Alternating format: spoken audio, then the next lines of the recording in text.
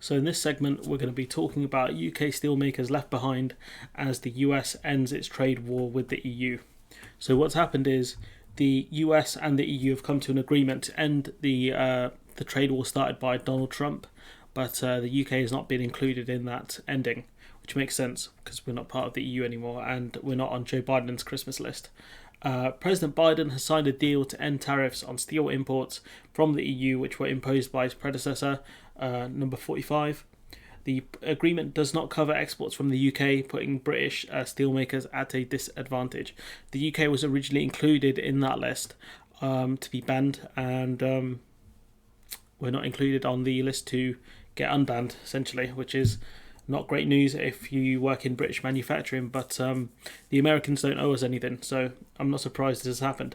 Trade body UK Steel said a deal for British producers was sorely needed. The tariffs came into force in 2018, nearly halved British steel exports to the US. Gareth Stace, Director General of UK Steel, has said, so the industry took a massive hit from this. And now EU companies are going to do far better in terms of exports than British exporters are going to be able to do. That's going to further reduce the amount of British steel exports to the Americans.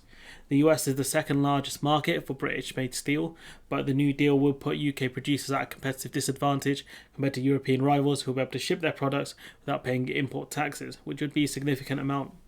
In return, the EU removed retaliatory tariffs that it had put on whiskey, powerboats and Harley-Davidson motorcycles. Again, these are very specific, targeting specific areas. When you look at them, these would be especially powerboats, the motorcycles, the specific kinds of motorcycles, and whiskey would be made in very specific states. That's why the EU, I think, went for those ones.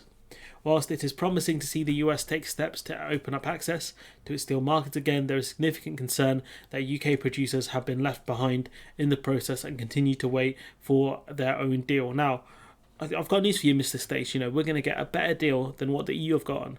That's what we were told in 2016. And, even though Liz Truss is Foreign Secretary now, surely that's what Liz Truss would be going for. But that's up to the audience to figure that one. Let's see. The substantial competitive advantage that this deal provides EU steel producers over the UK will undoubtedly result in our export orders to the US being lost to EU exporters. But we make the best steel. Our steel is British steel. Trade Secretary Anne Marie, I can't pronounce the second name, it kills me. She's basically replaced Liz Truss. Has said that the UK and US are in talks to remove damaging tariffs from British steel exports. Now, it's very interesting that the US made a deal with the EU before they made a deal with us. Don't you find that very odd, considering, or is it not really that odd, is it, when the EU are a much bigger market for the US? So it makes sense they would want to deal with the EU first, because we're a small fish in a big pond. Seventh biggest economy we are, but the EU is a much, much bigger economy than we are. Anne-Marie tweeted, "We welcome the Biden administration's willingness to work with us to address trade issues relating to steel and aluminium. It's encouraging that the US is taking steps to de-escalate this issue. Whilst that is true, one side has a deal with the EU or the US and the other one doesn't. If we were still part of the EU, these tariffs would no longer be impacting us."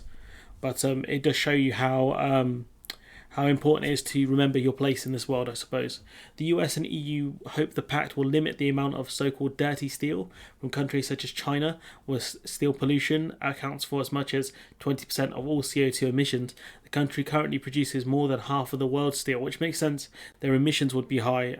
The steel the processes they take won't be as stringent as the ones that we take here in the West, but their CO2 emissions naturally are going to be higher than ours because they produce half the world's steel. Not a hard one to figure out, but it is telling that the UK is being left behind in this. If you look at this joint statement here, it's quite interesting actually, the entire thing. Some subtle digs at the UK. The United States and the EU have today taken joint steps to re-establish historical transatlantic trade flows in steel and aluminium to strengthen their partnership and address shared challenges in the steel and aluminium sector.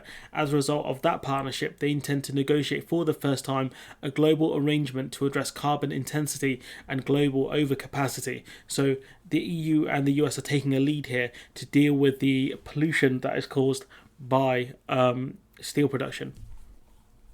The EU and the US have a shared commitment to joint action and deepen cooperation in these sectors and are taking joint steps to defend workers, industries, and communities from global overcapacity and climate change, including through a new arrangement to discourage trade in high carbon steel and aluminium that contributes to excess capacity from other countries and assure policies support lowering the carbon intensity of these industries. Now, these are massive digs at China because China would be the main culprit for excess capacity of steel, which drives down prices, and the lead culprits on dirty steel, essentially. In a demonstration of renewed trust and reflecting long-standing security and supply chain ties, so this is the Americans saying we have historic trade with the EU and we want to keep that. The US will not apply Section 232 duties and will allow duty-free importation and aluminium from the EU at historical based volume, and the EU will suspend related tariffs on US producers. As a first step, the US and the EU will create a technical working group charged with sharing relevant data and developing common methodology for assessing the embedded emissions of traded steel and aluminium. So the US and the EU will create groups in order to focus on the production of steel and aluminium. But you notice the UK isn't included in any of this, despite being I think a big steel manufacturer. It's very telling that we have been excluded from these, and it does tell you our place in the world. And I think this was the most interesting paragraph.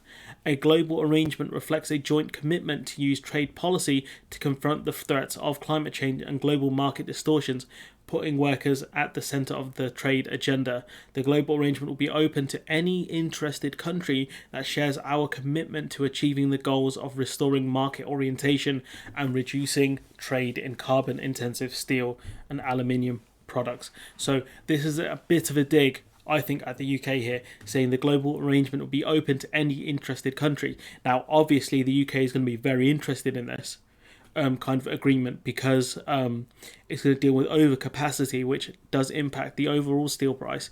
It makes UK steel cheaper because they won't be able to compete with Chinese steel. So it's very telling that this kind of last paragraph in there does feel like a dig at the UK.